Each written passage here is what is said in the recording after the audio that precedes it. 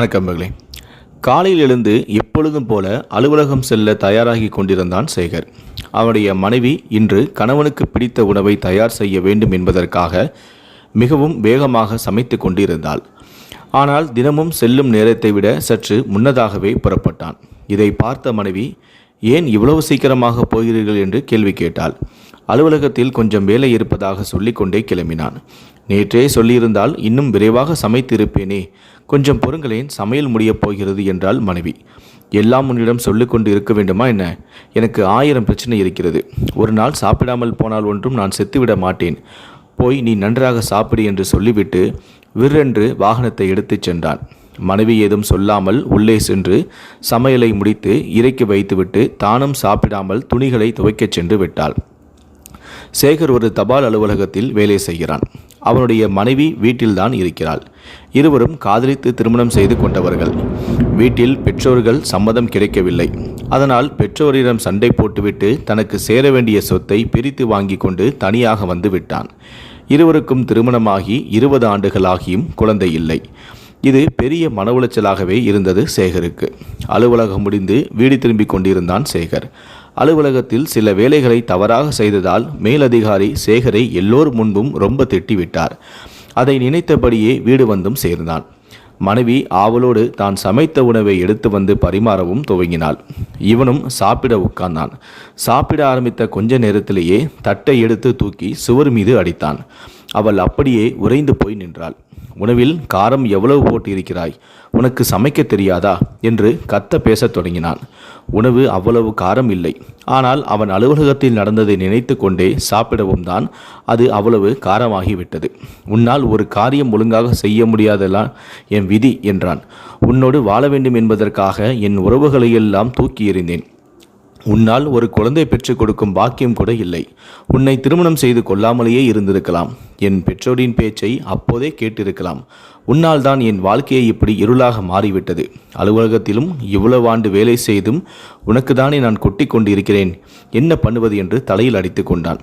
காதலித்து விட்டேன் அல்லவா என்றும் கூறினான். இன்னும் நிறைய சம்பாதித்து கொட்டுகிறேன் எனவும் கோபமாக பேசினான். நன்றாக கொட்டிக்கொள் என அடித்து கொண்டே போனான். அரை கதவை மேகமாக மூடிவிட்டு உள்ளே சென்றும் விட்டான். மனைவி கண் கலங்கியபடி, நானும் தானே எல்லோரையும் விட்டு வந்தேன் என மனதில் நினைத்து கொண்டே கண்ணீர் தரையில் விழுந்தபடியே வீட்டையும் சுத்தம் செய்து கொண்டு இருந்தாள். மனைவியும் சாப்பிடாமல் அப்படியே தரையில் படுத்து உறங்கியும் விட்டாள். மறுநாள் காலையில் எழுந்து மறுபடியும் அவளது பணியையும் செய்ய ஆரம்பித்தாள். சேகர் எதுவும் பேசாமல் செய்து வைத்த சாப்பாட்டையும் எடுத்துக்கொள்ளாமல் விற்றென்று கிளம்பி அலுவலகம் சென்று விட்டான். அலுவலகம் சேர்ந்த பிறகு தனது பணியையும் ஆரம்பித்தான். அப்பொழுது ஒரு வயதான முதியவர் தலையில் ஒரு பழக்குடையை சுமந்தபடி வியர்வை சொட்ட சொட்ட வந்தார். மதியம் நேரம், உச்சிவெயில் வேறு.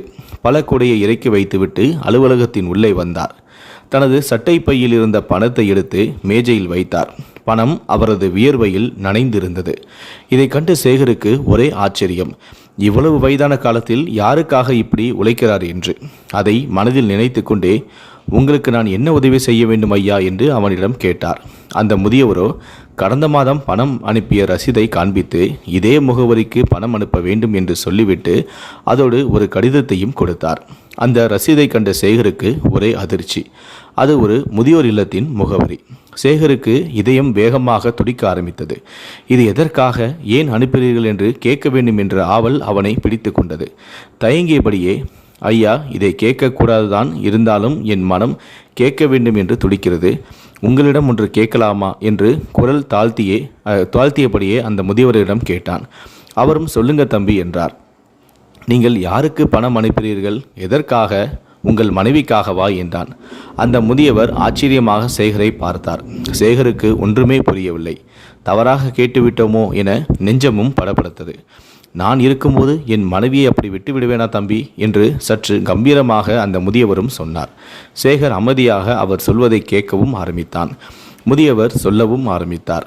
நான் இந்த முதியோர் இல்லத்திற்கு கடந்த 10 ஆண்டுகளாக பணம் அனுப்பி வருகிறேன். இன்று வரை யாரும் இந்த கேள்வியை கேட்டதில்லை. முதல் முறையாக நீங்கள் கேட்டது எனக்கு ஆச்சரியமாக இருக்கிறது என்று சற்று உற்சாகமாக சொல்லவும் ஆரம்பித்தார். எனக்கு திருமணமாகி 40 ஆண்டுகள் ஆகின்றன. என் மனைவி என் கூட தான் இருக்கிறாள். எங்களுக்கு குழந்தை இல்லை. என் மனைவிக்கு வாய் பேசவும் முடியாது. எங்கள் திருமணம் ஒரு சுவாரஸ்யமான நிகழ்வு தம்பி என்று கூறியவர் கொஞ்சம் தண்ணீர் கேட்டார் சேகரிடம். மிக விரைவாக ஓடி தண்ணீர் கொண்டு வந்து கொடுத்தான் சேகர். சேகர் நாற்காலியின் நுனியில் அமர்ந்தபடி, உங்களின் திருமணம் எப்படி நடந்தது? உங்கள் மனைவியை எப்படி தெரியும்? அதையும் சொல்லுங்க ஐயா என்று கேட்டார். எனக்கு ஆவலாக இருக்கிறது என்று முதியவர் தண்ணீர் குடித்து முடிப்பதற்குள் சொல்லியும் முடித்தான். முதியவர் சற்று சிரித்தபடி மேலே சிந்திய நீரையும் துண்டினால் துடைத்தபடியே மீண்டும் சொல்லவும் ஆரம்பித்தார். என் மனைவியை சிறு வயதிலேயே தெரியும். எங்கள் வீட்டின் அருகில்தான் குடும்பமாக இருந்தார்கள். அவர் வீட்டில் இவர் ஒரே பிள்ளைதான். அவருக்கு 10 வயதாக இருந்தபோது அவருடைய தந்தையோடு வெளியே சென்றுவிட்டு வீடு திரும்பும் வழியில் வாகனம் மோதி அவர் தந்தை இறந்து விட்டார். தன் கண்முன்னே தந்தை இறந்து போனதை கண்ட அவளுக்கு பேச்சு வராமல் போய்விட்டது. அதன் பிறகு அவருடைய தாய் பல வீட்டு வேலைகளை செய்து அவளையும் வளர்த்தார். இவளுக்கு வளர்ந்து பெரியவளாகியும் விட்டார். அவளுடைய குறையை பார்த்த யாருக்கும் அவளின் அன்பு தெரியவில்லை. அவளுக்கு எல்லோரும் தன்னிடம் பேச வேண்டும் என்கிற ஆசை இருக்கும். ஆனால் யாரும் பேசதான் மாட்டார்கள். அவளின் தந்தையின் மரணத்திற்கு பிறகு உறவுகள் எல்லாம் அவரவர் வேலையை பார்க்க சென்று விட்டனர். திருமணம் வயதும் வந்தது. ஆனால் பேச முடியாத காரணத்தால் அவளை திருமணம் செய்ய யாரும் முன் வரவும் இல்லை. பிறகு எங்கள் பெற்றோர்கள் பேசி இருவருக்கும் திருமணமும் நடந்தது. பிறகு காலங்களும் கடந்தது. எங்களை பெற்றவர்கள் எல்லாமே இறந்து விட்டார்கள்.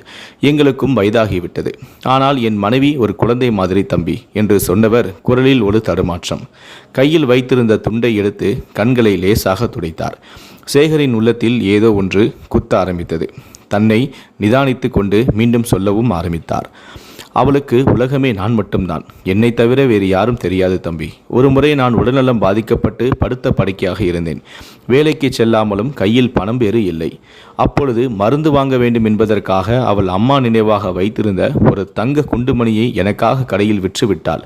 பிறகு அந்த பணத்தை கொண்டு மருத்துவரிடம் சென்று என் கணவனை எப்படியாவது காப்பாற்றுங்கள் என்று வாய் பேச முடியாத நிலையிலும் சேகையாக காண்பித்து மருத்துவரிடம் கொஞ்சி புழுவாக துடித்து போய்விட்டாள் என்று சொன்னவர் கண்கள் இரண்டும் சிவந்து போய்விட்டது. பிறகுதான் நான் குணமாகி என் வேலையை செய்ய ஆரம்பித்தேன் என்று தன்னை திடப்படுத்தி கொண்டு மீண்டும் தொடர்ந்தார். அப்பொழுதுதான் எனக்கு ஒரு சிந்தனை வந்தது. ஒருவேளை எனக்கு முன்பு அவள் இறந்துவிட்டால் பரவாயில்லை. கடைசி வரை அவளை பார்த்து கொண்ட மனநிறைவு இருக்கும். ஆனால் அவளுக்கு முன்பாக எனக்கு இறப்பு வந்தால் என் மனைவியின் நிலை என்னவாகும் என்று. அதற்கு தான் தம்பி இந்த பணம். ஒவ்வொரு மாதமும் ஒரு தொகையை அனுப்பிவிடுவேன். அதில் பாதி அந்த முதியோர் இல்லத்தில் கணவன் இல்லாமல் இருக்கும் மற்றவர்களுக்கும், மீதி பாதி தொகையை என் மனைவிக்காக சேர்த்து வைத்து கொண்டு வருகிறேன். அந்த பணத்தோடு ஒரு கடிதம் கொடுத்தேன் அல்லவா, அதை திறந்து படித்து பாருங்கள் தம்பி என்றார். சேகர் நெஞ்சில் ஒரு உறுத்தல். கைகளை நடுங்கியபடியே அந்த கடிதத்தையும் பிரித்து பார்த்தான்.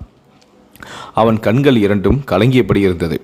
அதில் நானும் என் மனைவியும் நலமாக உள்ளோம். இந்த மாதம் என்னால் என்ற தொகையை அனுப்பியுள்ளேன். அடுத்த மாதம் இதே போல கடிதமும் பணமும் வரவில்லை என்றால் நான் இறந்து போய் இருப்பேன். நீங்கள் வந்து என் மனைவியை அழைத்துச் சென்று பத்திரமாக குழந்தை போல கடைசி வரை பார்த்து கொள்ளுங்கள். இதுவே என் கடைசி ஆசை என்று எழுதியிருந்தது. இதை படித்த சேகருக்கு நெஞ்சம் பாரம் கூடியது. கை கால்கள் நடுங்க ஆரம்பித்தது.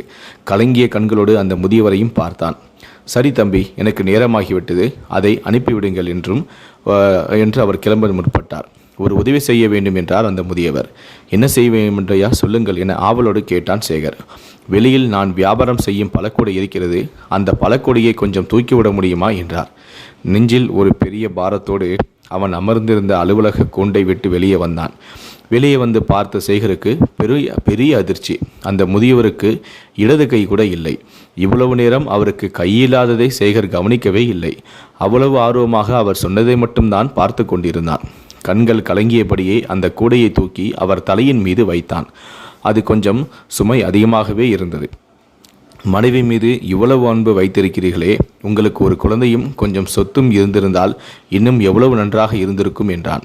நீங்கள் உங்கள் மனைவிக்காக இவ்வளவு கஷ்டப்பட தேவையில்லையே என்று குரலில் ஒரு நடுக்கத்தோடு சொன்னான். இதை கேட்ட முதியவர் சற்று சத்தமாக சிரித்தார். ஹா, என் மனைவி நம்பி வந்தது என்னைத்தான், சொத்தையோ அல்லது பிள்ளையோ அல்ல. அவளுக்காக சுமக்கின்ற இந்த சுமையும் ஒரு சுகமே என்றார். என்று சொல்லிக்கொண்டே உச்சி வெயிலில் உற்சாகமாக பழங்களை தலையில் வைத்தபடி ஒரு கையால் பிடித்து கொண்டு நடக்கவும் ஆரம்பித்தார் அந்த முதியவர். சேகரின் கண்களில் கலங்கி நின்றது நீர். பெருந்துளியாய் தரையிலும் விழுந்தது. தரையில் விழுந்தது கண்ணீர் துளி மட்டுமல்ல, அவனின் சுவாபமும். வறுமையின் கணவனை நேசிக்கும் பெண்ணும் முதுமையில் மனைவியை நேசிக்கும் ஆணும் தான் உலகின் ஆகச் சிறந்த காதல் ஜோடிகள். கொண்டு செல்ல ஒன்றுமில்லை இவ்வுலகில், கொடுத்து செல்வோம் உண்மையான அன்பை. இந்த வீடியோவை பற்றிய உங்களுடைய கருத்துக்கள் என்ன அப்படிங்கிறத கீழே இருக்கக்கூடிய கமெண்ட் செக்ஷனில் மறக்காமல் சொல்லுங்கள். முடிந்த அளவுக்கு இந்த வீடியோவை மற்றவங்களுக்கும் ஷேர் பண்ணுங்கள். நன்றி, வணக்கம்.